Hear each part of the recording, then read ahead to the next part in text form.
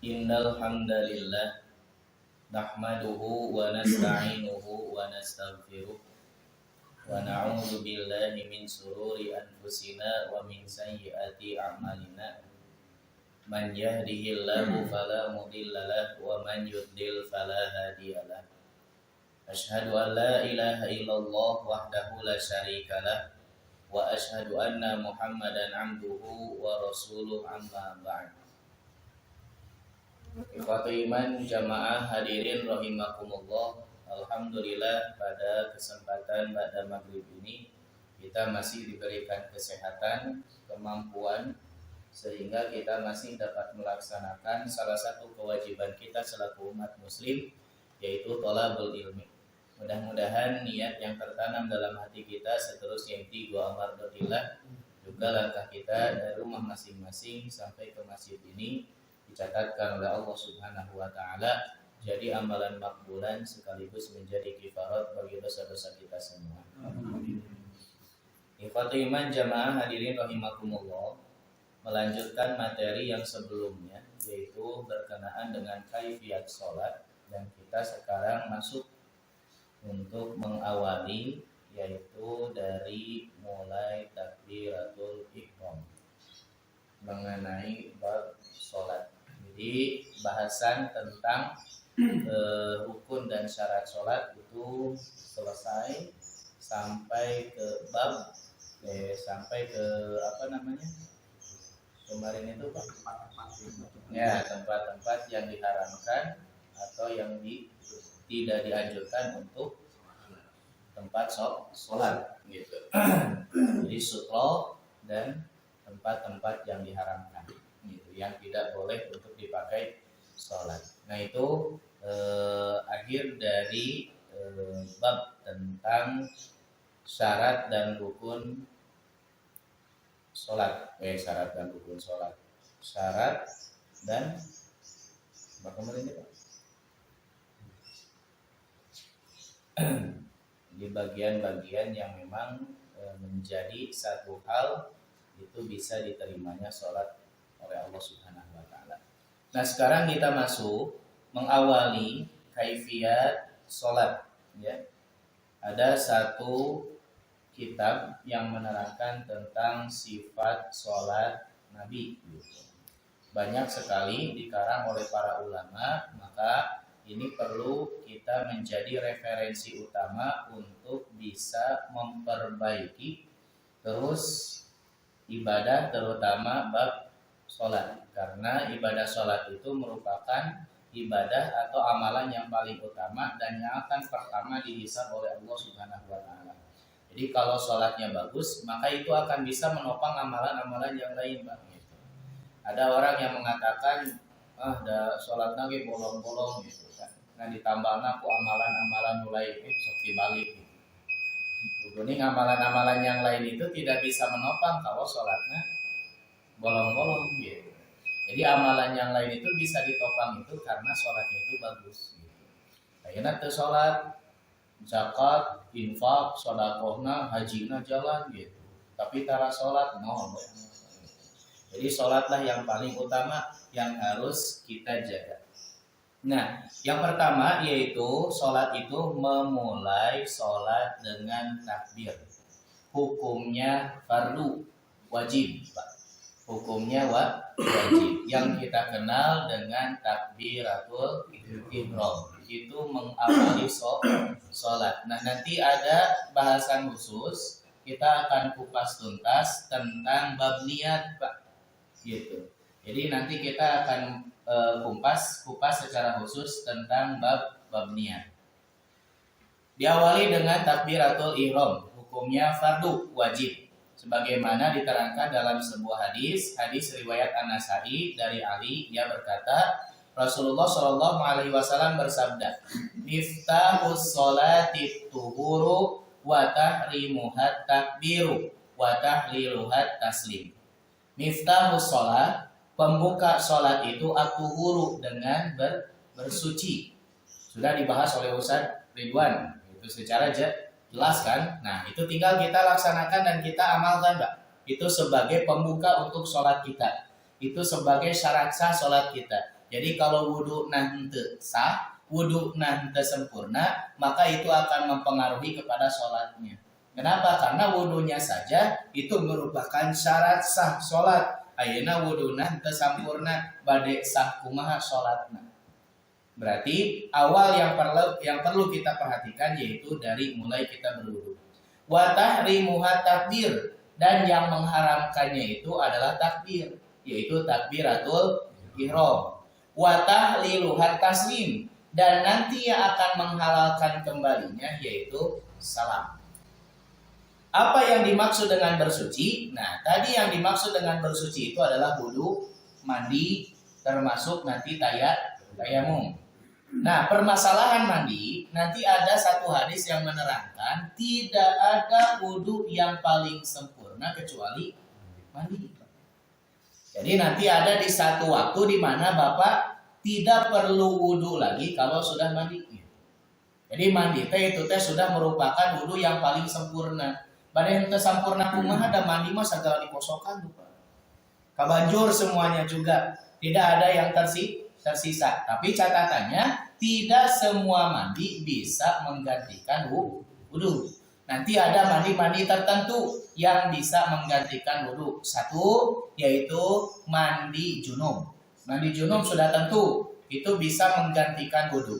Jadi setelah mandi tidak perlu wudu lagi. Nah, karena kan mandi junub diawali dengan wudu dulu gitu. Jadi setelah mandi tidak perlu wudu lagi. Yang kedua yaitu mandi yang memang diniatkan kita hendak sholat. Duhur ya gitu kan. Nah, mandi heula gitu. Bari sholat. Nah, yang diniatkan untuk sholat itu bisa menjadi pengganti wudu gitu. Nah, itu jadi tidak semua mandi bisa menggantikan wudu. Kemudian mengharamkan. Nah, apa yang dimaksud dengan mengharamkan tadi? Yang mengharamkan itu adalah takbir. Maksudnya, ketika kita sudah mengawali takbiratul ihram di dalam sholat, dilarang melakukan sesuatu yang belum sholat, boleh dilakukan. Atau dilarang melakukan sesuatu yang di luar sholat. Gitu. Jadi amalan-amalan yang di luar sholat, ketika kita sudah memulai takbiratul ihram, maka haram hukumnya kita lakukan. Ngobrol, ngopi, gitu kan. Haram hukumnya ketika kita sudah memulai takbiratul ihram. Semua haram. Dan ketika kita melakukan hal itu, maka batal gitu sholatnya. Hanya dulu pernah disampaikan, ketika kita setelah selesai makan, gitu kan. Setelah selesai makan, jangan sampai membiarkan begitu saja mulut kita. Tapi coba untuk membersihkan. Itu batal mah, dan tidak membatalkan wudu. Makan mah, yang membatalkan wudu itu usaun au durotun. Ya, gitu. Hitut anu ngamalepas, yang hitut anu ngadorotot. Nah, itu usaun au durotun gitu. Jadi itu, nah itu yang membatalkan wudu gitu. Jadi kalau makan itu tidak sampai membatalkan wudu, tapi hati-hati ketika kita setelah makan harus dijaga mulutnya, kumur-kumur gitu kan, sikat gigi gitu. Nah, bisa yang nyelap. Ketika yang nyelap, koyahna itu tidak boleh kita telan. Kalau kita telan berarti kita makan, maka sholatnya batal. Sok sanaja nu nyelap nanti kan saremeh gitu. Kecuali makan bari hitut. Kecuali makan bari hitut, mah jelas batal wuduna gitu. Nah itu, jadi kehati-hatian. Ngobrol dilarang, tidak boleh gitu. Dulu pernah terjadi di zaman Rasulullah SAW sebelum ada perintah untuk mendengarkan bacaan imam. Nah, para sahabat yang ngobrol, siga urang baheula pas salat teh ngotah keleutik gitu. Ere-ere gitu patah gitu kan, nanya gitu kan, bisa pada rakaat tuh gitu. Gitu.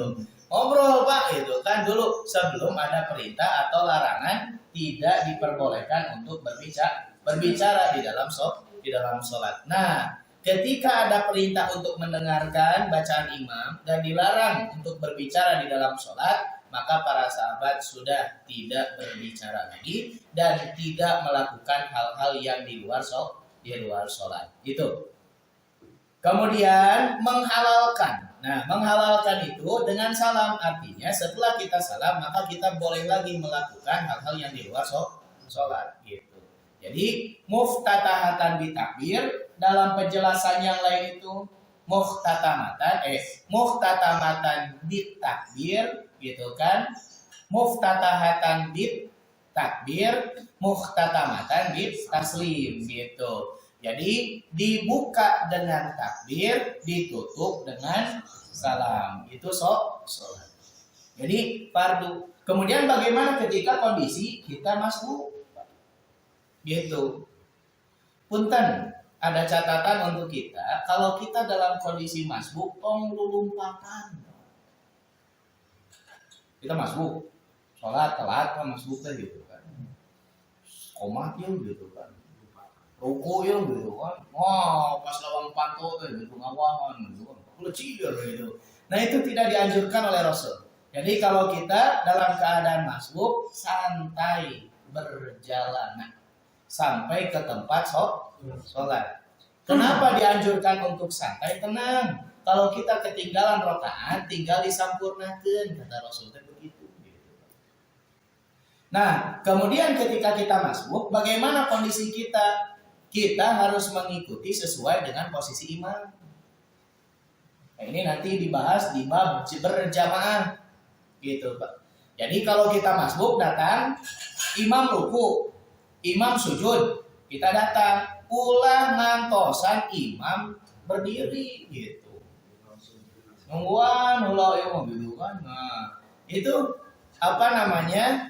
Tidak dianjurkan. Tapi yang dianjurkan oleh Rasul itu yaitu bagaimanapun kondisi imam, maka kita harus mengikutinya. Dan diawali dengan takbiratul ihram. Contoh sujud. Imam ketika sujud, urang anu masbuk takbiratul ihramna kumaha? Tetap Pak bersedekap dulu gitu. Allahu Akbar, kemudian lepaskan. Ulah langsung di atas Allahu Akbar lalu sujud, karena tidak ada gerakan ketika turun sujud itu ada mengangkat gitu. Maka untuk membedakan takbiratul ihram yaitu dengan bersedekap terlebih dahulu gitu. Jadi itu sebagai pengawali kita sholat gitu. Meskipun dalam keadaan masih. Kemudian yang selanjutnya dalam hadis riwayat Muslim, an Aisyah dari Aisyah qalat, ia berkata, karena Rasulullah sallallahu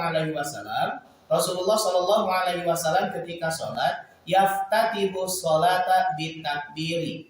Rasul membuka sholat itu dengan takbiratul ihram.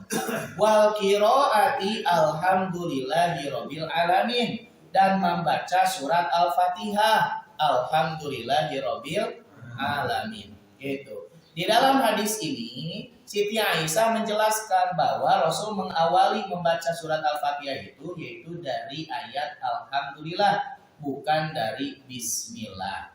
Tapi ini hanya sebagian hadis saja. Kita jangan dulu pertama mencerna tentang hadis ini bahwa mengawali Al-Fatihah dengan Alhamdulillah. Nanti ada bahasan khusus untuk membaca Al-Fatihah. Ya? Gitu. Hadis ini yang kita bawa itu yaitu menerangkan tentang takbirna, gitu. Jadi mengawali sholat Rasulullah Shallallahu Alaihi Wasallam dengan takbiratul ihram. Wa kana idza raka'a, dan ketika Rasulullah Shallallahu Alaihi Wasallam ruku, lam yushakhis ra'sahu wa lam yusawwibhu walakin baina dalika wa kana idza rafa'a ra'sahu minar ruku'i lam yasjud hatta yastawiya qa'iman. Tidak mengangkat dan tidak menundukkan kepalanya ketika ruku. Jadi henteu ngangkat teuing, henteu tunggul teuing. Tetapi di antara itu berarti lurus ketika kondisi ruku atau posisi ruku. Dan beliau apabila bangkit dari ruku tidak langsung sujud sebelum berdiri dengan tegak. Nah, nanti ini bahasanya di bab ruku gitu. Jadi sekali lagi hadis ini menerangkan pertama yaitu bahwa Siti Aisyah menginformasikan Rasul mengawali sholat itu dengan takbiratul ihram. Jadi kalau ada orang yang sholat tanpa takbiratul ihram itu sah gitu. Karena hukum takbiratul ihram itu wajib, berarti menjadi syarat gitu, rukun gitu kan di dalam sholat. Kemudian yang selanjutnya, imam ketika berjamaah takbir itu ketika setelah shaf lurus beres baru imam takbir. Jadi jangan sampai makmum can beres safna imam jual takbir gitu. Ini perhatian untuk imam gitu kan. Makanya kalau lihat kita dalam hadis Rasulullah SAW, bagaimana Rasulullah SAW menyiapkan makmum gitu, can beres mau takbir. Seperti itu. Nah, maka di dalam hadis Rasulullah SAW ketika menjadi imam, Rasul berbalik terlebih dahulu badannya. Kemudian bersabda kepada para sahabat, yusawi sufufana idza qumna lis-sholati fa idza stawaina kabbaro. Rasulullah meluruskan saf kami apabila kami hendak sholat. Apabila saf kami telah lurus, maka Rasul bertakbir. Bereskeun heula gitu kata. Ini untuk imam. Kemudian dalam hadis yang lain, yaqulu la tasuwanna sufufakum aw la yukhalifan Allahu baina wujuhikum baina qulubikum. Hadis riwayat Bukhari. Luruskanlah saf atau Allah akan membedakan di antara wajah-wajah kamu, hati-hati kamu gitu. Jadi sholat itu menggambarkan bagaimana kondisi hati kita antara muslim dengan muslim yang lainnya gitu. Makanya kalau kita nawan hatena nyantol gitu, sesama ikhwan gitu kan, sesama umat muslim ketika sholat kita harus menggambarkan bagaimana kekuatan kita gitu. Minimal naon gitu kan, ini akan kita sedang berperang jeung saha jeung setan gitu. Ayeuna ketika berbaris gitu kan paanggang gitu kan, karehol gitu kan, gabuntu dari karehol noe-noe di depan di belakang gitu kan. Kita sebetulnya ini menjadi patokan Pak sajadah gitu. Alhamdulillah di urang atau dipermudah untuk meluruskan saf teh. Kita mau ngadamel sajadah mah. Ah iya teh Pak patokan ka urang. Tak upami urang tos ngadang di sajadah ieu, kade keunang pulang ngalewatan sajadah ieu gitu. Di urang mah mesti bere ieu teh cukup. Aku dicek jam sirah batur gitu kan. Jadi upami urang tos aya di dieu, ini teh untuk membantu gitu. Terkadang kita kan tidak merapatkan saf. Nah itu yang menyebabkan saf itu tidak lurus dan susah. Tapi kalau saf kita rapat maka pasti bakal lurus gitu. Karena di kita itu tidak sama gitu kan. Tidak paham gitu. Aya nu kurang dirapatkeun ngajauhan gitu kan.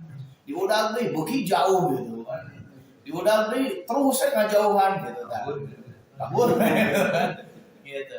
Jadi posisinya itu harus rapat, tapi jangan sampai membuat orang lain tidak nyaman gitu. Jangan sampai membuat orang lain tidak nyaman dan tidak khusyuk gitu. Kemudian dalam hadis yang lain, sawu sufufakum fa inna tasfiyatas sufufi min iqamati shalah. Nah, ini yang sering kita dengar ketika imam membacakan hadis ini.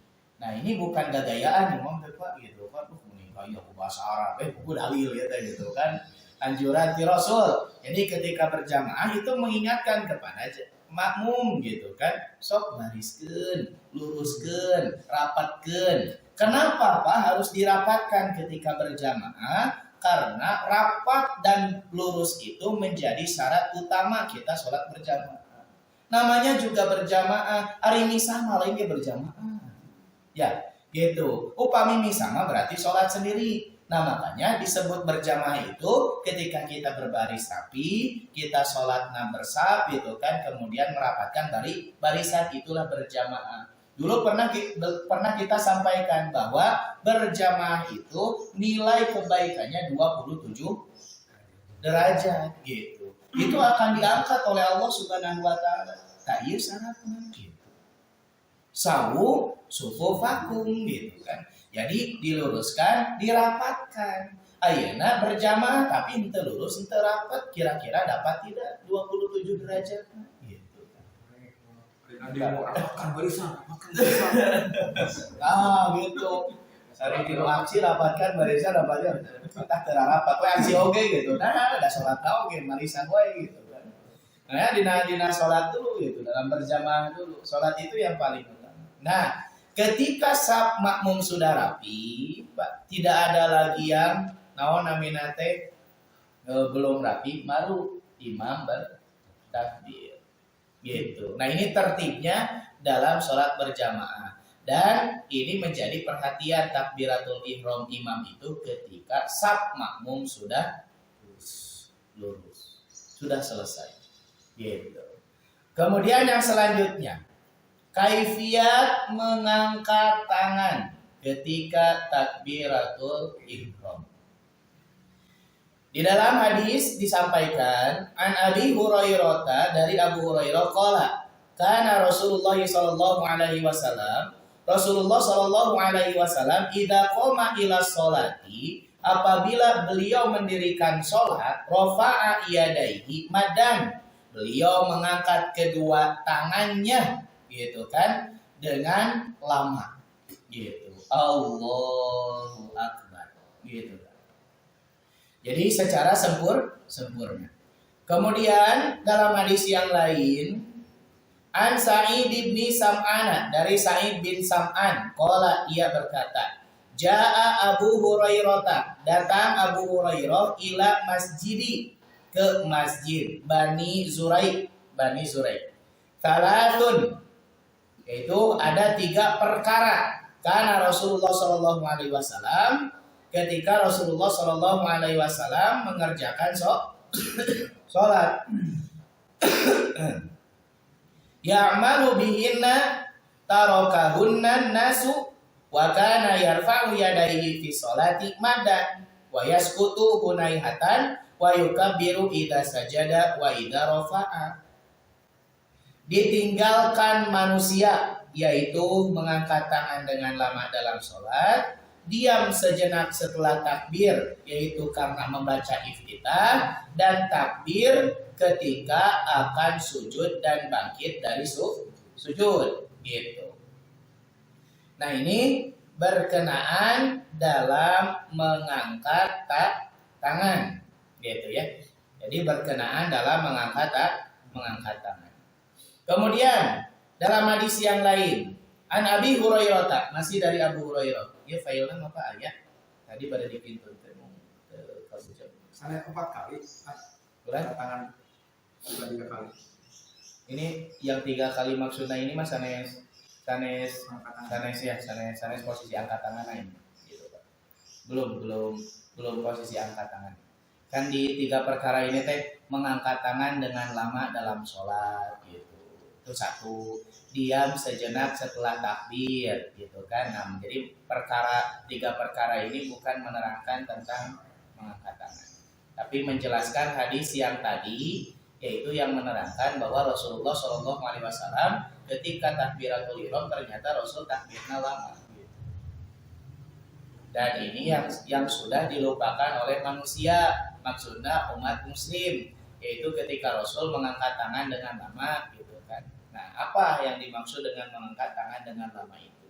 Kemudian yang kedua, 3 perkara yang kedua yaitu berhenti sejenak setelah takbiratul ihram, itu sebelum membaca Al-Fatihah naon, yaitu membaca doa iftitah. Kemudian takbir ketika akan sujud dan bangkit dari sujud. Takbir anu mana? Itu mah mengucapkan takbir bukan dengan mengangkat tangan. Akan sujud ayat mengangkat tangan tidak ada. Ketika bangkit dari sujud nanti ada posisi-posisi ketika mengangkat tangan. Kemudian yang selanjutnya an Abi Hurairah dari Abu Hurairah qala ia berkata kana Rasulullah sallallahu alaihi wasallam idza kabara li sholati nasyara asabi'ahu. Ketika Rasulullah sallallahu alaihi wasallam bertakbir di dalam salatnya, maka beliau merenggangkan jari-jarinya. Takbiratul ihram ketika mengangkat tangan itu direnggangkan jari-jarinya. Jadi tidak dirapatkan dia, Pak. Tapi dipisah, direnggangkan. Allahu Akbar. Gitu. Jadi posisi tangan. Jadi tidak. Nah, gitu. Jadi tidak dirapatkan tapi direnggangkan. Gitu. Tapi kita berlebihan, oke Pak. Gitu. Ya tidak.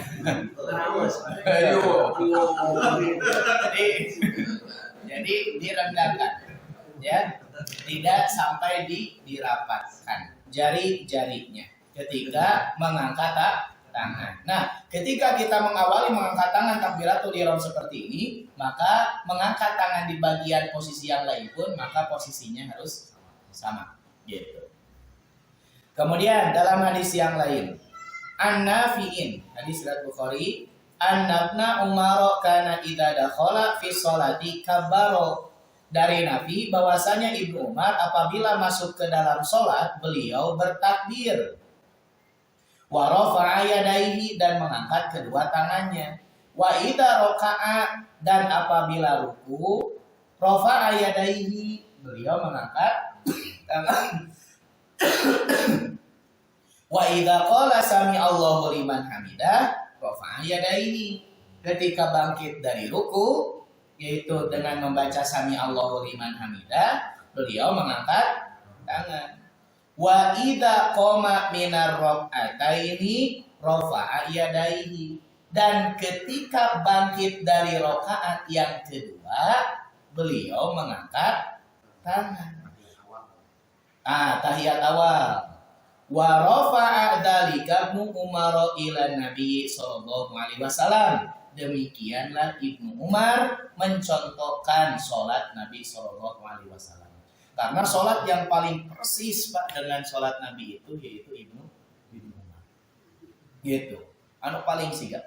Gitu. Jadi di dalam hadis ini jelas bahwa di mana saja kita mengangkat tangan, satu ketika takbiratul ihram, dua ketika kita hendak ruku, tiga ketika kita bangkit dari ruku. Kemudian yang keempat ketika rakaat yang kedua bangkit dari rakaat yang kedua tahiyat awal. Itulah posisi mengangkat tangan. Jadi kadek tidak semua bangkit dari rakaat itu mengangkat tangan.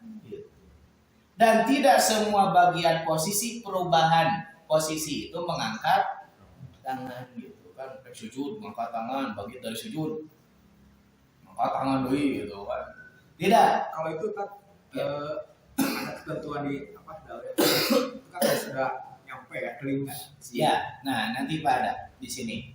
Jadi nanti ada dua posisi di mana kita mengangkat tangan gitu kan. Ada sejajar dengan bahu, ada sejajar dengan daun telinga gitu. Jadi tidak disebutkan sampai Noel gitu maka gitu sampai nempel daun telinga, tapi di dalam hadis itu sejajar gitu. Jadi sejajar daun telinga dan sejajar dengan bahu gitu. Nah jelas Pak tadi jadi posisi mengangkat tangan. Nah jadi ketika pada tahiyat awal kemudian kita bangkit itu dianjurkan mengangkat tangan gitu. Itu contoh dari Rasulullah Shallallahu Alaihi Wasallam. Makanya si kuring kieu formasina bukan 4 kali mengangkat tangan itu. 3 tambah hiji.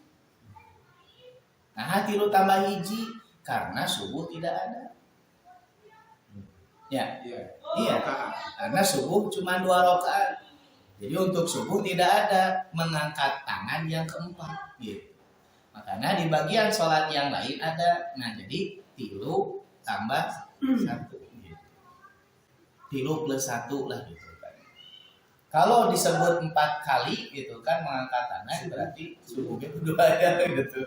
Kumaha gitu kan. Nah, cuma 2 rakaat. Nah, kemudian yang selanjutnya. Nah, termasuk dalam waktu sholat gitu. Aya 5 waktu gitu kan. Gitu. Padahal ada 1 waktu yang berbeda dengan yang lainnya. Gitu. Naon isya subuh gitu kan. Isya atau subuh gitu. Itu berbeda kan. Jadi akhir-akhir waktunya itu tidak sama dengan sholat-sholat yang yang lain. Kalau subuh akhir waktunya cari duhur, Pak. Subuh akhir waktunya duhur, Pak. Jadi subuh mah akhir waktunya itu nanti penentuannya ketika matahari sudah terbit gitu. Jadi kalau matahari sudah terbit, nah itu teh menunjukkan akhir waktu subuh, kecuali kalau kita kondisi kasiangan. Kan kasiangan sekali-kali hari unggal poe kasiangan mah. Sekali-kali kasiangan. Itu pernah terjadi ketika Rasulullah dalam perjalanan. Kemudian Isya, akhir waktunya kapan? Bukan subuh akhir waktunya. Jadi Isya itu kita lihat penyesuaiannya dengan waktu duhur. Duhur itu awalnya jam berapa? 12-an. Nah, jadi itu waktu Isya. Kalau lebih dari jam 12 itu bayang. Jadi sudah tidak ada waktu Isya lagi. Kita pula jom Isya. Ustaz kan hari Rasul masuk memalangkan waktu Isya muhun ya teman dari Rasul. Ulah disar waktu kurang di Rasul. Gitu. Nah ada orang mata apa mau tairah gitu. Rasul mau tairah Hawaii oke dan dosa atas beres gitu. Masum gitu. Iya mau kurang gitu. Karena kurang mah memang bagus gitu kan sesuai dengan Rasul gitu. Cuman orang yang mau kadinya gitu kan. Kurang kan terang gitu. Dugi kairah waktu surang. Nah itu. Kemudian yang selanjutnya dalam hadis riwayat Muslim, karena idza kabara rafa'a yadayhi hatta yuhadiya bihima udunaihi. Wa idza raka'a rafa'a yadayhi hatta yuhadiya bihima udunaihi. Nah, ini hadis yang tadi yang menerangkan di mana posisi Rasulullah SAW ketika mengangkat tangan. Jadi Rasul ketika takbiratul ihram mengangkat kedua tangannya hingga mendekati sejajar dengan daun telinganya gitu kan. Dengan kedua telinga. Dan apabila ruku mengangkat kedua tangannya hingga gitu kan sejajar dengan daun telinga. Nah, ini menunjukkan kalau kita posisinya mengambil sejajar dengan daun telinga atau dengan sejajar dengan telinga, maka mengangkat tangan di posisi yang lain pun harus istiqomah. Sama gitu. Jadi ulah campur gitu. Takbiratul ihram video, kayak pas ruku video gitu kan, pas bagi dari ruku balik kan dia. Nah, itu tidak sesuai dengan sunnah Rasul dalam melaksanakan mengangkat tangan. Maka itu menjadi satu paket termasuk nanti ketika kita sujud posisi tangan itu harus sama dengan ketika kita posisi takbiratul ihram. Gitu. Kemudian dalam hadis yang lain, hadis riwayat Bukhari, An Ibnu Umar dari Ibnu Umar qala, ia berkata, ra'aitu Nabiyya sallallahu alaihi wasallam, aku melihat Nabi sallallahu alaihi wasallam, iftataha takbiro fi sholati, memulai takbir pada salat, farafa'a yadaihi, lalu mengangkat kedua tangannya, hina yukabbiru hatta yaj'alahuma hadwa mankibaihi, lalu mengangkat kedua tangannya ketika takbir hingga sejajar dengan kedua bahunya gitu. Ya di suka dua itu kan. Tadi Imam menjelaskan bahwa mengangkat tangannya sejajar dengan daun telinga atau mendekati gitu. Nah sekarang sejajar dengan bahu. Dan apabila takbir untuk ruku beliau melakukan hal yang sama. Jadi ini merupakan satu paket yang harus kita perhatikan ketika kita sholat. Di dia Pak tidak dijelaskan urang kudu noel gitu. Noel naon? Noel telinga. Jadi Bapak ente kieu gitu. Tah gitu. Jadi dalam hadis itu tidak dijelaskan kudu noel daun telinga. Tapi dijelaskannya itu yaitu sejajar dengan daun telinga. Sejajar dengan telinga, sejajar dengan bahu posisinya gitu. Dan kemudian posisi tangan bukan seperti ini, tapi menghadap ke kiblat, telapak tangannya. Nah, itu. Jadi sejajar dengan daun telinga, sejajar dengan bahu. Itu silakan boleh untuk diamalkan numana wae oge. Baik sejajar dengan telinga atau sejajar dengan bahu. Cuman catatannya kudu istiqomah eta gitu. Itu yang sesuai gitu. Orang memang mengawali sesuai dengan Rasul, tapi kusabab kali itu beda-beda jadi goreng gitu kan sholatnya gitu. Jadi tidak sesuai sholatnya. Maka itu tidak akan menjadi keutamaan. Nah, sekarang abi manganggo sadayana gitu kan. Rokaat kahiji mah erek sajajarna jeung daun telinga gitu kan. Ke rokaat kadua jeung bahu gitu. Rokaat katiluna balik deui ka daun telinga gitu. Tidak bisa gitu. Jadi kalau kita mengambil yang satu bagian itu, maka satu paket kena sakit gitu kan. Termasuk nanti ketika kita sujud, posisi tangan itu kita harus memposisikan sejajar dengan telinga, sejajar dengan bahu. Gitu. Anu pertama tadi sejajar dengan telinga hadis riwayatnya Muslim, yang selanjutnya yang tadi sejajar dengan bahu hadis riwayat Bukhari. Gitu. Kemudian yang selanjutnya idza qama li sholati rafa'a yadayhi hatta takuna hadwa mankibaihi tsumma kabbara. Hadis riwayat Muslim. Rasulullah apabila hendak sholat mengangkat kedua tangannya hingga mendekati atau sejajar dengan bahunya, kemudian beliau bertakbir. Ya hadisna nerangkeun naon Pak? Rasul mengangkat tangan terlebih dahulu sebelum mengucapkan takbir. Gitu. Jadi Rasul di sini mengangkat tangan kedua tangannya hingga mendekati atau sejajar dengan bahu, tangan heula gitu kan. Nah, kemudian beliau bertakbir. Gitu. Kemudian hadis riwayat Muslim. An Abi Kilabata, dari Abi Kilabah, annahu ra'a Malik bin al-Huwairithi, dari bahwasanya ia melihat Malik bin Huwairith idza sholat kabbaro tsumma rafa'a yadayhi. Apabila sholat ia bertakbir kemudian mengangkat tangannya. Nah, ari nu ieu mah takbir heula baru mengangkat tangan. Wa haddatsa anna Rasulullah sallallahu alaihi wasallam kana yaf'alu hakadha. Dan Malik menceritakan bahwa Rasulullah melakukan seperti itu. Gitu. Jadi di sini catatannya bahwa mengangkat tangan dan mengucapkan takbir itu ada 3 cara. Boleh mengangkat tangan berbarengan dengan mengucapkan takbir. Boleh bergerak dulu mengangkat tangan kemudian bertakbir. Boleh takbir dulu kemudian mengangkat tangan.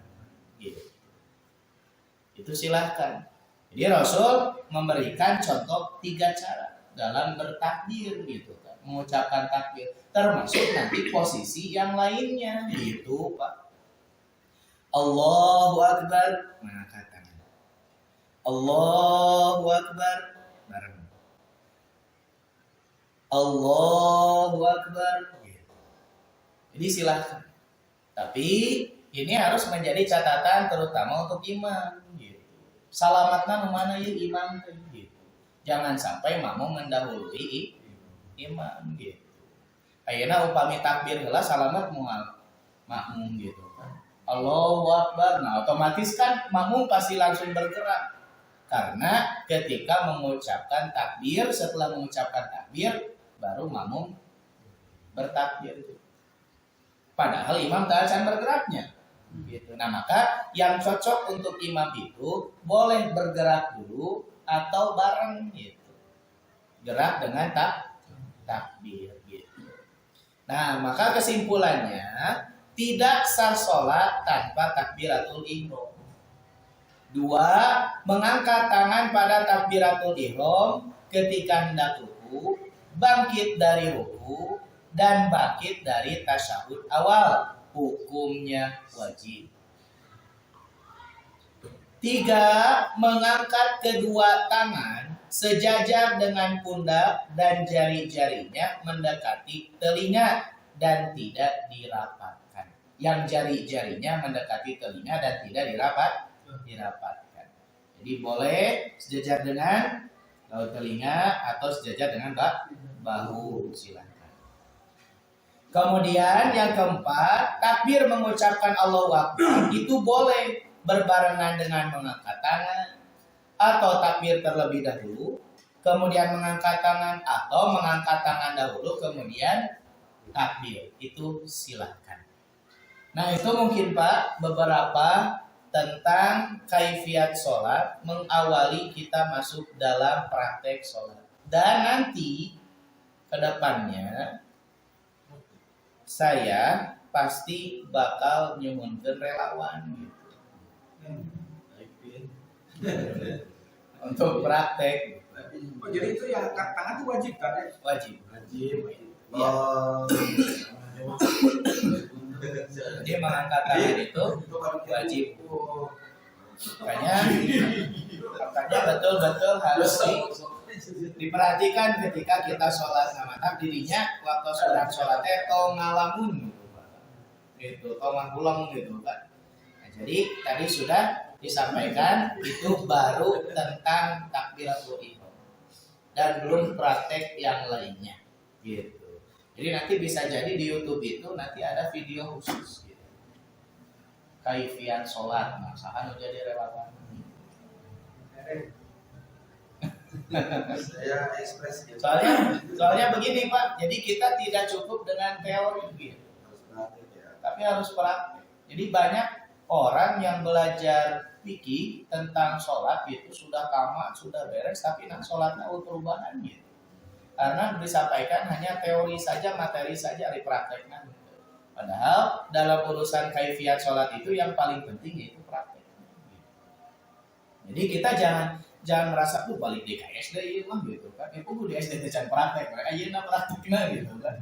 Nah, jadi sekarang yang harus kita lebih diperhatikan sehingga apa yang dibahas itu, apa yang dikaji itu bisa nanti kita langsung diamalkan gitu, dipraktekkan sesuai dengan dalil, sesuai dengan sunnah gitu. Karena gini kan, kalau yang kata itu kan kalau yang udah sebenarnya kalau yang udah pakem tuh berihram, Ya. kita mau ruku kan bagi di ruku. Ya. Tapi kadang yang udah tasawuf awal tuh kadang ada Iya. gitu tuh ya. Karena itu memang jarang dijelaskan gitu. Jadi tidak disertakan dalil yang jelasnya posisi tentang mengangkat tangan gitu. Padahal di dalam sholat itu semuanya ada dalilnya, semuanya ada keterangannya. Itu semua dalam gerakan sholat itu gitu. Nah, yang jarang disampaikan itu yaitu kejelasan dari hadis-hadisnya gitu kan. Karena yang banyak yang disampaikan itu satu dari buku yang begitu ringkas ditinggal di gambarna kieu gitu kan. Hanya dengan gambar saja. Padahal yang paling penting itu yaitu dengan kita mengetahui sebetulnya bagaimana dan seperti apa dari keterangan terutama sesuai dengan apa yang Rasulullah SAW contohkan gitu. Hanya kita berpegang kepada sabda Rasul itu solu ro'aitumuni solu kama ro'aitumuni usolli gitu. Jadi sholatlah kalian sebagaimana engkau melihat aku sholat. Satu, hadis ini hitobnya kepada para sahabat. Kalau kepada para sahabat betul dengan cara melihat. Tapi kalau untuk kita bagaimana cara melihat? Nah, kan Rasulullah kita ayat gitu. Yaitu dengan cara memperhatikan hadis-hadis Rasulullah SAW yang dijelaskan oleh para sahabat, yang dijelaskan oleh isi-isi Rasulullah SAW, yang sangat tahu bagaimana sholat Rasulullah SAW. Begitupun ada sahabat yang sangat persis sekali sholatnya dengan Rasul. Nah, itu menjadi catatan untuk kita gitu. Yang tidak banyak disampaikan dalam materi-materi sholat pada umumnya gitu. Tentang bab sholat ini. Nah, ini kan alhamdulillah gitu kan. Ternyata begitu banyak gitu kan. Tentang hadis yang baru menjelaskan takbiratul ihram. Belum nanti selanjutnya bersedekah. Gitu. Bersedekap juga ada dalilnya Pak, tapi gitu. Bersedekap ada dalilnya gitu. Kadang orang kan bersedekap gitu, posisinya di mana gitu kan. Bersedekap gitu, Pak di dada gitu kan. Artinya sodrun itu apa gitu kan. Itu dijelaskan nanti. Gitu. Ketika menyimpan tangan kanan di atas tangan kiri. Kemudian posisi tangan bagaimana gitu kan, menggenggam atau menyimpan. Nah itu kan dijelaskan Pak gitu kan. Kemudian bagaimana posisi jari-jarinya gitu kan. Nah tilo di dia gitu kan. Nah dua di dia, nah hiji di dia, atau semuanya menggenggam gitu. Nanti dijelaskan gitu kan, ada dalilnya. Nah itu apa namanya pembuka untuk mengawali praktek apa namanya sholat. Insya Allah untuk pertandingan selanjutnya kita akan mempraktekannya dengan menghadirkan relawan, gitu, ya, langsung di video. Ada ya Pak? Haji. Nah jadi Pak kan tadi apa namanya posisi tangan diregangkan, gitu. Jadi jangan dirapatkan, tidak dirapatkan seperti ini, tapi diregangkan. Maksudnya tidak jadi terapat lah gitu kan, inti nama gitu kan, dibuka gitu kan. Nah sejajar dengan telinga atau sejajar dengan bahu gitu, silakan. Dan posisi tangan seperti ini, tidak ada yang seperti ini ya Pak. Gitu. Jadi posisi semua badan itu ke arah kiblat. Gitu, ke arah kiblat. Gitu. Jadi tidak ada yang seperti ini. Kemudian sekali lagi untuk yang dimaksud dengan hadwi gitu kan, hadwi mangkibaihi, hadwi udunaihi gitu kan, tidak menyentuh gitu kan. Nah, di kita dulu kita diajarkan untuk menyentuh gitu kan, ketika takbir dan posisi tangan seperti ini. Gitu. Jadi menyentuh Allah Akbar gitu. Nah, jadi menyentuh lah gitu. Padahal bukan menyentuh, tapi mendekati gitu kan, sejajar gitu kan dengan telinga, sejajar dengan bahu gitu. Itu silakan. Dan ketika kita mengambil posisi dengan daun telinga, sejajar dengan telinga atau sejajar dengan bahu, maka posisi yang lain pun ketika hendak ruku, kemudian bangkit dari ruku, dan nanti bangkit dari tasawuf awal itu harus sama. Gitu. Berarti kan itu dituntut ketika kita sholat itu memperhatikan kita awal sholat. Gitu kan. Jadi ulah sampai kita teh ngalam campur aduk gitu kan. Oh mau lamun aya ngangkat tangan sih Allahu Akbar. Allahu Akbar. Ya mah teuing nurut ka saha gitu kan. Teuing sesuai ka saha itu Allahu Akbar. Ya ngangkat tangan sakieu gitu kan.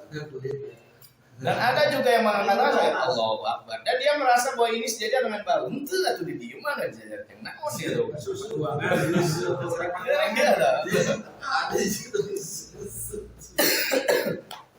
Nah, itu Pak. Jadi mudah-mudahan kita bisa mengamalkan sedikit demi sedikit dengan kejelasan, yaitu sesuai dengan dalilnya, sesuai dengan contohnya. Mudah-mudahan kita semuanya bisa memperbaiki amalan sholat kita yang menjadi penopang untuk amalan-amalan yang lainnya, dan mudah-mudahan itu menjadi bekal utama untuk kita nanti dalam pertanggungjawaban Allah Subhanahu wa taala. Aku qouli hadza wa astaghfirullah li wa lakum. Saya Pak Sandi. Ya, dicukupkan. Astaghfirullah li wa lakum. Assalamualaikum warahmatullahi wabarakatuh.